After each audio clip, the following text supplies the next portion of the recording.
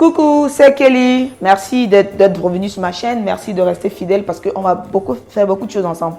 Maintenant, une fois la dernière fois, vous avez vu la dernière vidéo, on a parlé des projets qu'on peut lancer à partir de rien.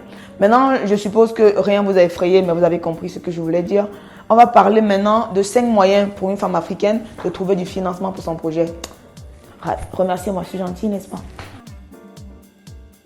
Alors, 5 idées de faire financer son projet par une femme africaine. La première idée, tapement de tambour, c'est faire financer par un proche. Pensez quoi? C'est pas la magie. Votre mari, votre ami, votre père, ils vous servent à quoi? Ce que les gens ne disent pas assez, c'est que la plupart des hommes qui ont réussi, même Faute Victoire a commencé par les arachides, c'est son père qui lui avait donné.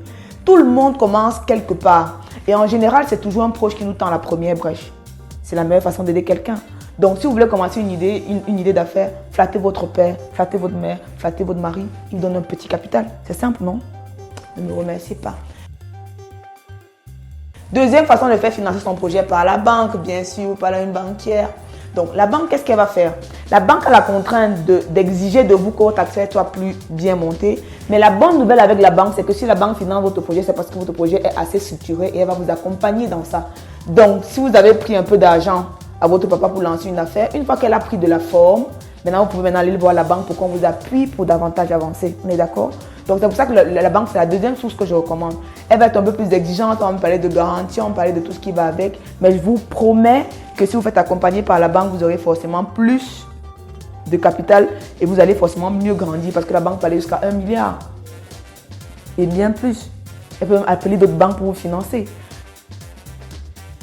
La troisième idée d'affaires, façon de faire financer son projet, c'est par la microfinance. Ce que la banque va vous exiger comme document, les DSF et autres, si vous estimez que le niveau est trop élevé, vous allez dans la microfinance.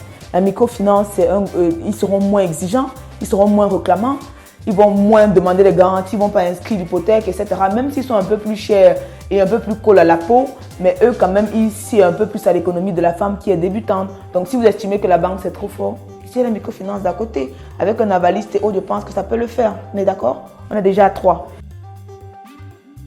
La quatrième idée d'affaires, non, là, vous voulez me payer quand même. Parce que là, c'est la crème de la crème. Mais vous connaissez déjà, c'est la tontine. D'accord? Et la bonne nouvelle, c'est que la tontine même est tellement magnifique que les Africains l'ont si bien adopté qu'il a financé beaucoup de personnes. On dit chez nous, dans une ethnie de Bamileke, qu'il n'y a aucun Bamileke qui ne fait pas la tontine. Et je dirais aujourd'hui qu'il n'y a aucun Camerounais qui ne fait pas de tontine. Si vous réussissez par exemple à créer une tontine, est-ce que vous savez que si vous bouffez en premier d'une tontine rangée, vous venez d'avoir un crédit à 0%? Aussi simple que ça. Prenez vos proches, vous définissez un montant que vous pouvez payer, 20 000 par exemple. Si vous êtes 10, vous avez 200 000, de quoi lancer une grande affaire. On est d'accord? Donc je vous recommande vraiment d'avoir recours à ce type de financement, à ce type d'approche pour résoudre vos problèmes. Et maintenant, la dernière alternative que je vais vous proposer, c'est les fonds d'investissement. Aujourd'hui, on est à l'ère de cela. Entre les angel investors qui passent le temps à venir en Afrique et le crowdfunding, on a beaucoup de moyens de lever les fonds en Afrique et pour des vingtaines de millions. Parce que la diaspora nous accompagne, la diaspora nous suit, les Camerounais ont des fonds qui sont prêts à mettre à disposition des autres et je pense que c'est le moment de le faire.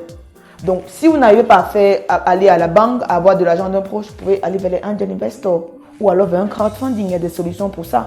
J'ai beaucoup de contacts, j'ai beaucoup d'amis dans ce sens. Si vous avez besoin d'informations, vous pouvez juste me mettre en commentaire et puis je vous contacte pour qu'on résolve le problème. D'accord?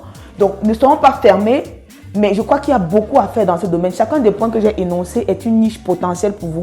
Et vous pouvez utiliser toutes les 5 formules à la fois. Il vous suffit simplement d'être sérieux, constant, dynamique et vraiment d'avoir une grande vision. À très bientôt dans les prochaines vidéos et j'espère que vous ne vous êtes pas ennuyés.